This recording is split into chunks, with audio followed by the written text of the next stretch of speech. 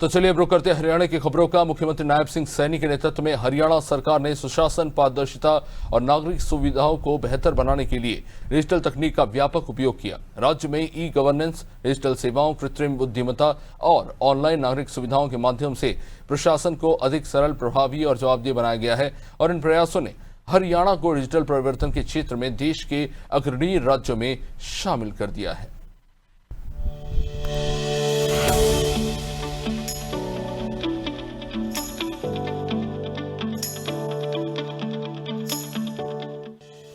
मुख्यमंत्री नायब सिंह सैनी की पहल पर हरियाणा में 25,000 से अधिक अटल सेवा केंद्र स्थापित किए गए हैं, जिनके माध्यम से ग्रामीण और शहरी क्षेत्रों के नागरिकों को सरकारी सेवाएं उनके निकट उपलब्ध हो रही हैं। अंत्योदय सरल पोर्टल पर विभिन्न विभागों की सैकड़ों सेवाएं ऑनलाइन उपलब्ध हैं, जिससे लोगों को सरकारी कार्यालयों के चक्कर लगाने की आवश्यकता नहीं पड़ती। डिजी लॉकर के माध्यम से सैकड़ों प्रमाण पत्रों का डिजिटल सत्यापन भी संभव हुआ है। हरियाणा सरकार ने शिकायत निवारण प्रणाली को भी तकनीक से जोड़ा है। मुख्यमंत्री window, social media, grievance tracker, Lokayukta portal तथा ऑटो अपील सॉफ्टवेयर जैसे प्लेटफॉर्म नागरिकों की शिकायतों के त्वरित समाधान में महत्वपूर्ण भूमिका निभा रहे हैं। लाखों शिकायतों का सफल निस्तारण प्रशासनिक पारदर्शिता और जवाबदेही का प्रमाण है। प्रत्यक्ष लाभ अंतरण यानी डीबीटी प्रणाली के माध्यम से विभिन्न सरकारी योजनाओं की सहायता राशि सीधे लाभार्थियों के बैंक खातों में भेजी जा रही है। इससे भ्रष्टाचार और बिचौलियों की भूमिका समाप्त हुई है तथा सरकारी योजनाओं का लाभ सही पात्र व्यक्तियों तक पहुंच रहा है। रोजगार और भर्ती प्रक्रियाओं को भी डिजिटल बनाया गया है। वन टाइम रजिस्ट्रेशन पोर्टल के माध्यम से युवाओं को सरकारी नौकरियों के लिए आवेदन करने की सरल सुविधा उपलब्ध हुई है। वहीं ई स्टैंपिंग, ई पंजीकरण और ऑनलाइन अपॉइंटमेंट जैसी सेवाओं से प्रशासनिक प्रक्रियाओं को और अधिक सुगम बनाया है। हरियाणा सरकार ने भविष्य की तकनीकों को अपनाने की दिशा में भी कदम बढ़ाए हैं। प्रशासनिक कार्यों को अधिक पारदर्शी और परिणामोन्मुखी बनाने के लिए कृत्रिम बुद्धिमत्ता आधारित एआई सैंडबॉक्स की शुरुआत की गई है। यह पहल शासन व्यवस्था में नवाचार और तकनीकी दक्षता को बढ़ावा दे रही है।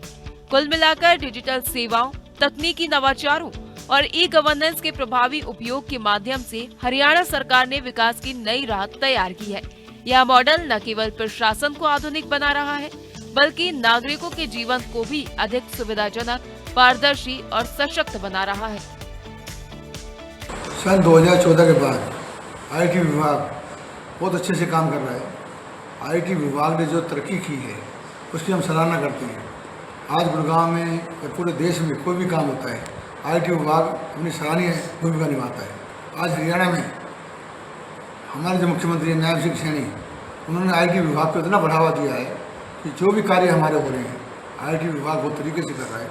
विदेशों से काम हो या हमारे बच्चे विदेशों से वहाँ वापस आ रहे हैं, वो इसलिए हो रहा है कि हम उनसे डायरेक्ट कम्युनिकेशन कर सकते हैं, डायरेक्ट उनसे बातें कर सकते हैं। इसलिए आईटी विभाग गुड़गांव में, पूरे हरियाणा में, पूरे देश में मोदी जी ने कमाल कर रखा है कि आईटी विभाग को बहुत बढ़ावा मिला है।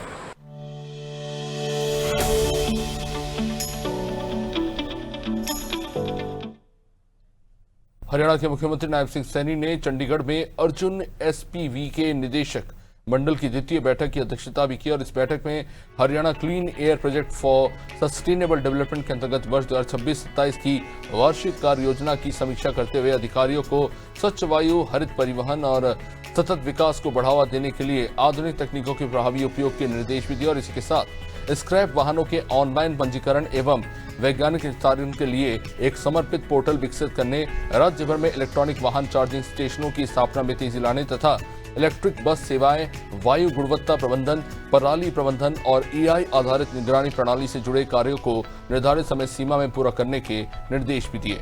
सीएम सैनी ने कहा कि हमारा संकल्प है कि प्रत्येक परियोजना का समयबद्ध क्रियान्वयन सुनिश्चित करने हेतु स्वच्छ, हरित और भविष्य के लिए तैयार हरियाणा का निर्माण किया जाए।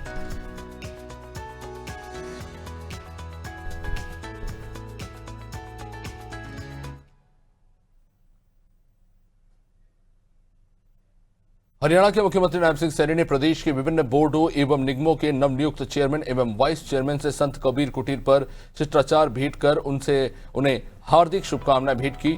सीएम सैनी ने जनप्रतिनिधियों से कहा कि मुझे विश्वास है कि आप सभी पूरी निष्ठा, ईमानदारी और संवेदनशीलता के साथ जनहित में कार्य करेंगे। सरकार की योजनाओं का लाभ अंतिम पंक्ति में खड़े प्रत्येक पात्र व्यक्ति तक समयबद्ध रूप से पहुंचे, यही हमारी सर्वोच्च प्राथमिकता है।